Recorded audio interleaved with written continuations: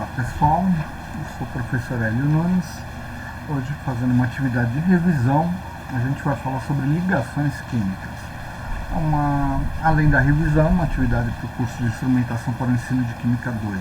Eu espero que vocês aproveitem o conteúdo. Esse ano, o termo ligação química surgiu por volta de 1920 através do físico-químico americano Gilbert Lewis. Lewis se tornou famoso pela teoria do ácido base, pela notação de Lewis e pela ligação covalente. Através dos seus estudos dos gases nobres, ele, em 1920, publicou um artigo explicando sobre essa união das substâncias, sobre essa ligação das substâncias. Então ele pôde definir que as substâncias possuem uma ligação através de seus estudos. Como a gente já falou em sala de aula, as substâncias podem ser simples ou compostas. Substâncias simples são quando possui apenas uma molécula, ou seja, ela pode ter vários átomos, mas é uma molécula. Um exemplo desse termo seria o gás oxigênio, encontrado na natureza, formado por dois átomos de oxigênio. A partir do momento que o oxigênio encontra uma molécula de hidrogênio, ela passa de ser ar para ser líquido, no caso a substância composta, ela passa a se tornar água. Essa interação entre as moléculas tem uma tremenda força que, se não tiver nenhuma força externa, ela permanece ali durante anos. Foi um termo que o Lewis, em seus estudos, pôde comprovar. Como a gente já falou em sala de aulas, o átomo ele possui as camadas. Lembra aquele estudo que a gente falou sobre o diagrama de Linus-Pauling, as camadas S1, P1, S2, P2, e aí vai. Então, a camada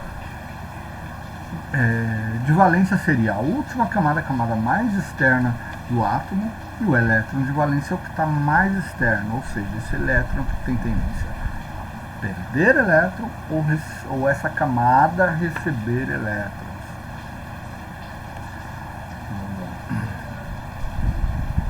E por essa proximidade de ganhar elétrons, receber, perder, trocar, ele busca a estabilidade.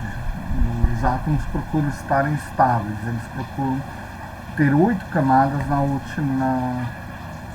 última camada. A única exceção para isso são os gases nobres, eles são elementos que não fazem combinação com nenhum outro elemento, ou seja, eles não precisam de ligações químicas para se tornar estáveis, eles já são estáveis por si só. Um exemplo claro disso é o gás hélio, que ele só possui uma camada, a camada K, e precisa de dois elétrons para estar se estabilizando. Conclusão de Lewis. Os átomos de outros elementos ligam-se entre si para ter essa estabilidade de 8 elétrons. Ou seja, a partir desse estudo que ele fez, dessas pesquisas, criou-se a teoria da eletrônica de valência, que indica quantas ligações químicas o átomo de um elemento realiza. Os átomos eles sempre vão procurar perder, ganhar ou compartilhar elétrons até atingirem a configuração mais próxima do gás nobre.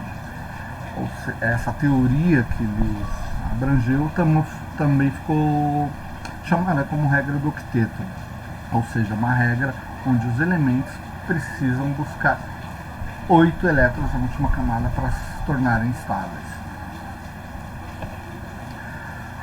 Vamos falar um pouquinho de ligação iônica. Eu vou transmitir para vocês um vídeo feito muito legal pela USP, onde detalha um pouco, explica melhor a ligação iônica, que é formada por cátions e ânions.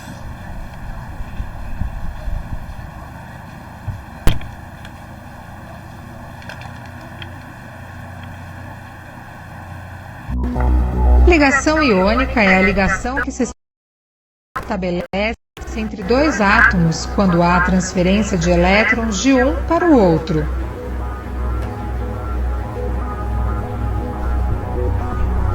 Esta transferência se dá quando um átomo forte, ou seja, de grande eletronegatividade, encontra um átomo fraco, de baixa eletronegatividade.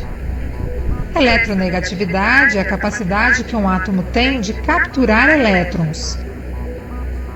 O átomo que perde elétrons passa a ter carga positiva, tornando-se um íon positivo ou cátion, enquanto que o átomo que ganha elétrons passa a ter carga negativa, tornando-se um íon negativo ou ânion. Como cargas elétricas opostas se atraem, os íons ficam ligados em razão da atração elétrica. Este tipo de ligação recebe o nome de ligação iônica em substâncias resultantes de substâncias iônicas ou sais, como por exemplo o sal de cozinha ou cloreto de sódio, composto dos íons de sódio e cloro. O átomo de sódio possui 10 nêutrons, 11 prótons e 11 elétrons, 2 na primeira camada, 8 na segunda e apenas 1 na última camada, a camada de valência. O átomo de cloro possui 18 nêutrons, 17 prótons e 17 elétrons, sendo 2 na primeira camada, 8 na segunda e 7 na camada de valência. Quando juntos, o átomo de sódio perde um elétron para o átomo de cloro. Como a gente pode ver, o cloro ele falta um elétron para se tornar estável, então ele acaba roubando o elétron que está sobrando no átomo de Na, do sódio, tornando-se carregado positivamente, ao passo que o átomo de cloro, ao ganhar um elétron, se torna carregado negativamente. Ocorre então a ligação iônica, formando o cloreto de sódio.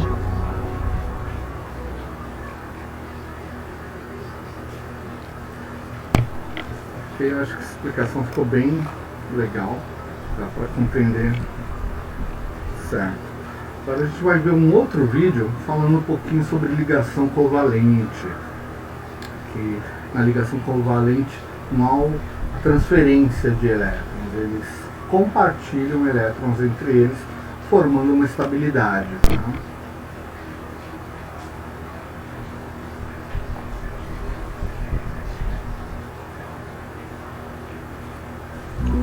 Ligação covalente é a ligação que se estabelece entre dois átomos quando há o compartilhamento de elétrons entre eles. Este compartilhamento se dá entre dois átomos fortes, ou seja, de grande eletronegatividade. Ao serem colocados juntos, cada um dos átomos perde e recaptura um elétron do outro sucessivamente.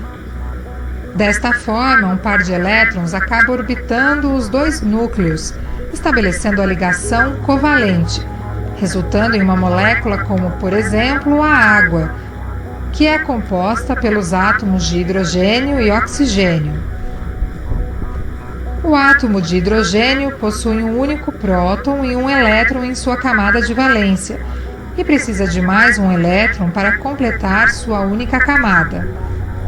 O átomo de oxigênio possui 8 nêutrons, 8 prótons e 8 elétrons, sendo 2 na primeira camada e 6 na camada de valência, precisando, portanto, de mais 2 para completar sua segunda camada. Quando juntos, os átomos estabelecem uma ligação covalente, compartilhando um par de elétrons. O átomo de oxigênio possui agora 7 elétrons em sua camada de valência, e precisa de mais um para atingir sua condição estável. A estabilidade é atingida através de uma segunda ligação covalente com outro átomo de hidrogênio, formando uma molécula de água.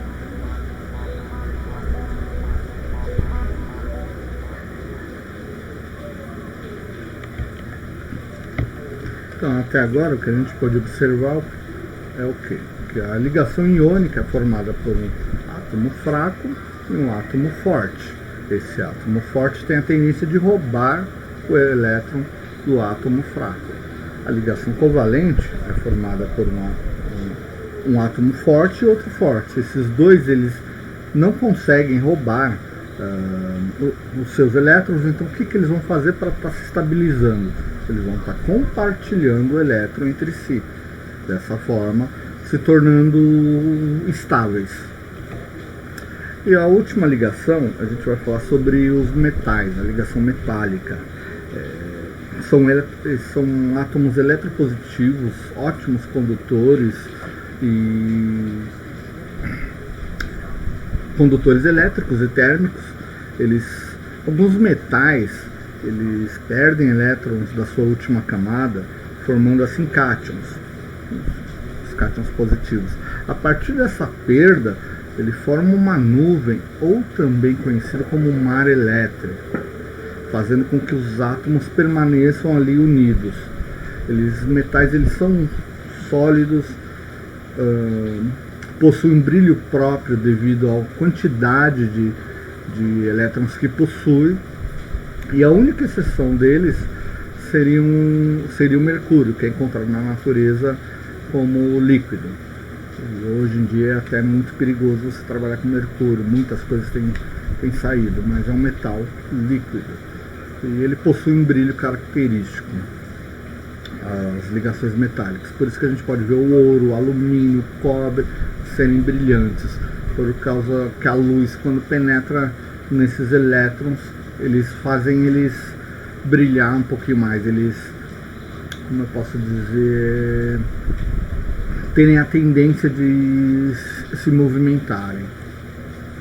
Finalizando, eu vou deixar aqui um exemplo de um mapa mental para vocês, falando sobre as ligações químicas, onde ela busca por a ligação química é a busca pela estabilidade, onde a regra do octeto diz que todos os átomos precisam ter 8 elétrons na última camada de valência para se tornar estável, exceção os gases nobres.